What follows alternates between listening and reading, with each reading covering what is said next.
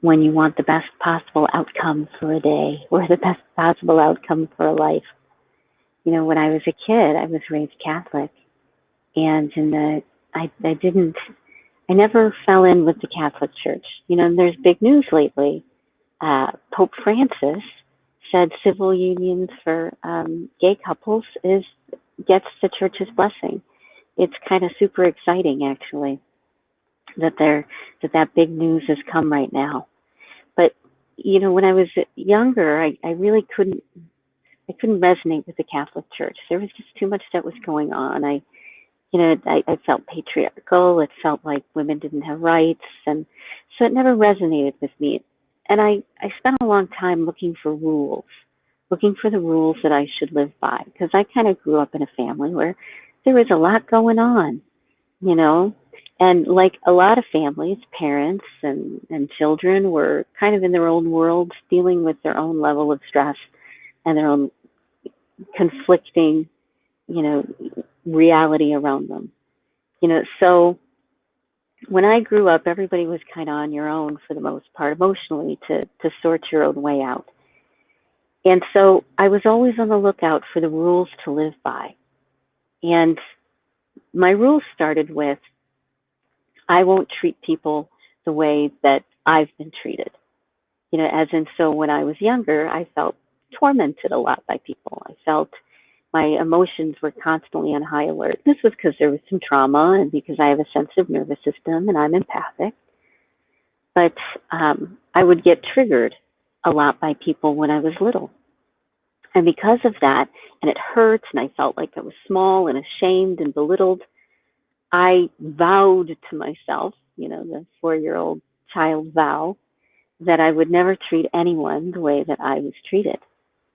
Well, that only takes you so far, you know, because when you refuse to ever be angry, when you refuse to ever be hurt, when you refuse to ever be to ever stand up for yourself because it might hurt somebody else, that only takes you so far in the real world. In the real world, you're surrounded by other people who went through the exact same thing that you went through. And they've got their issues, and they're afraid to stand up for themselves, and they're afraid that they don't deserve to be treated well.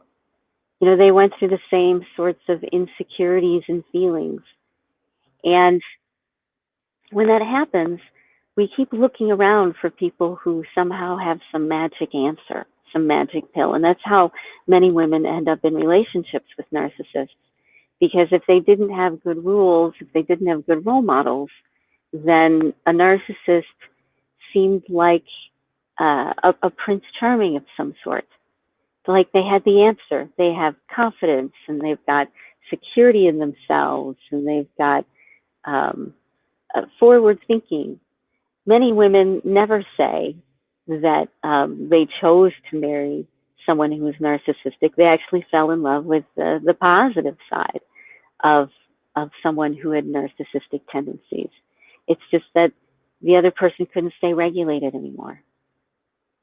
So I was looking for rules to live by. I was looking for guidance and understanding about who I should be. Should I show up to the world and be angry?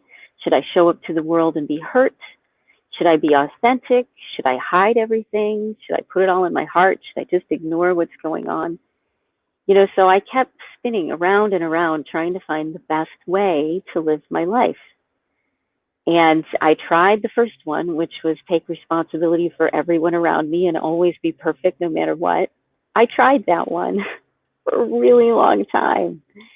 And it can get you some levels of success. You can get jobs, you can get respect, you can get an outer world that looks like that you're successful. But your inner world, which is the one that matters the most, ends up feeling like it's never enough, like it's never good enough, and it's always 2 steps too late.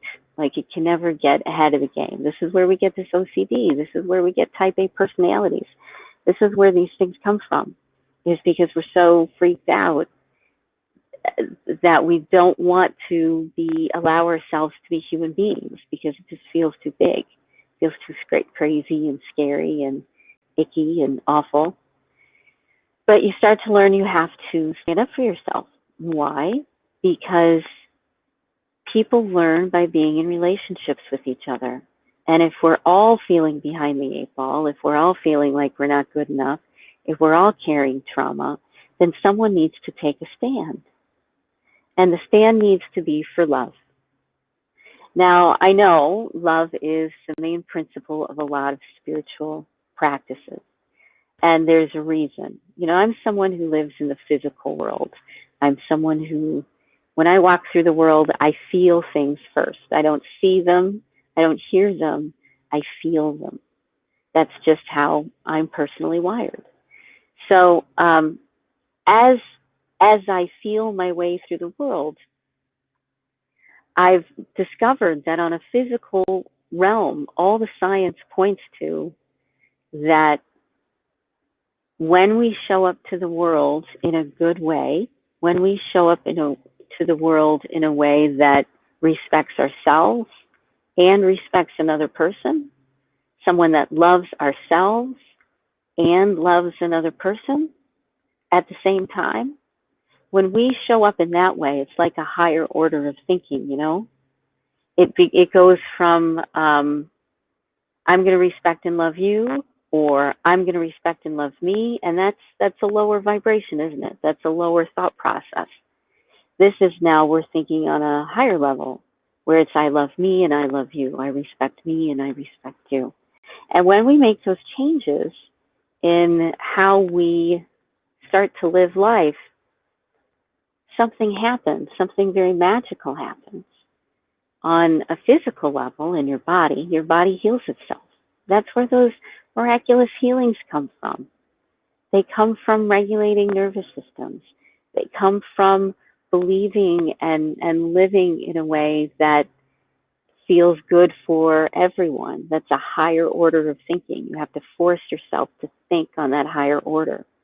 You also start to relax and notice opportunities around you that you didn't see before. You also waste less time because you're no longer hijacked wondering how you should react or what you should say or how you should respond. Instead, the answer is always come back to center, come back to center, come back to center. And every time you come back to center, one, you're building that muscle, but two, you're lining things up to work. You are taking your energy back. Because I know, when you look at the studies, people spend most of their time thinking about the same handful of thoughts. They spend 90% of their time thinking about the same 5, 6, 7 thoughts, and that's it. And that keeps you stuck in your pattern. When you decide you're going to think on a higher level, one that respects you, one that respects the other person, it comes up with a higher order of thinking, with a third solution. Then when you get triggered, the only answer is to regulate yourself, to get yourself back in balance. And when you're in balance, you're able to see your way through problems easier. You're able to find solutions. And the more you look for higher level solutions, the more you find them. And if you don't believe me, start listening to the women that hang around me, that work with me, that coach with me. And they will tell you miracles which happen in their life. Not necessarily all at once, but in small ways, a small miracle here and a small miracle there. They'll start to tell you that things shift in how they live their life and how life shows up for them. And that now they see opportunities instead of problems and they're able to solve them. And now they don't waste time worrying about the same 6 or 7 things. Instead, they know to calm themselves down, and the answer will naturally appear out of that field of consciousness, out of that place of peace. That's where the answers come, not out of a place of feeling off balance, but out of a place of peace. So if you give yourself permission to react to the world, to respond to the world in the way of your choosing, in the way that you decide you want to show up to the world, and it's a way that's more balanced and more fair. You don't get confused about whether you should defend yourself or run away or beat somebody up or try to look scary. You don't worry about those questions anymore because you always know how you're going to respond. It's your script. And your script is to love yourself and to love the other person overall. And if you don't, then you need to take a step back until you can. Because the only and the best and the most abundance manifesting way forward, the highest leverage thing that you can ever do is when you are off balance, is to bring yourself back into balance. So notice it, start practicing it, start loving yourself, and start holding to love. Because even just the other day, a wonderful woman who is so successful in so many areas of her life, in banking and in relationships and in taking steps forward, still deals with narcissism. And so from the coaching we've done and all the work she's done in her own life throughout her whole life, she planted her flag and she said, I'm going to only wish for the best for all of us. At all times, I'm only going to wish for the best for all of us, and stayed focused on that. And because she did, miracles happened. People changed their minds. People saw things differently. People came into balance. They came into alignment. They became the people that they always wanted to be. They became a better version of themselves. But the only way that happens is when we make a choice, when we decide what are our rules, what are our laws, what will that look like, what does it look like for us, and what are we going to do to make sure we walk that path? Because once you start walking that path and you get the blessings and the understandings and the insight that come from that path and the miracles that you see, you never will ever go back. There's no need. Because the other way, the way of dysfunction, the way of dysregulation, the way of anger, and the way of hurt, and the way of our own internal insecurities, that way leads towards madness. Not only madness, but where we get stuck, where we can never make our genius come true, where we're always stuck in our own imbalance. So balance yourself out. When you feel sad, hurt, angry, off, worried, scared, do something that you know makes yourself feel better. Do something that you know will bring you back to a higher place of thinking, to good, orderly direction, to a connection with spirit, to a connection with all that is, to a connection with yourself, your higher self. Do what you need to do. That has to be the first priority. Not what should I do and being stuck and not knowing. But instead, you've already decided, the decision is already made, and now your job is to figure out what you need to do to stay in that place of love. Okay? So I hope you have a great Friday. I hope you have a wonderful weekend. I plan on it. And make sure that you like or ask to follow these live streams so that you get alerts for them if you want to stay on this path and start moving forward in a really positive way. Okay? Have a great rest of your day. Bye.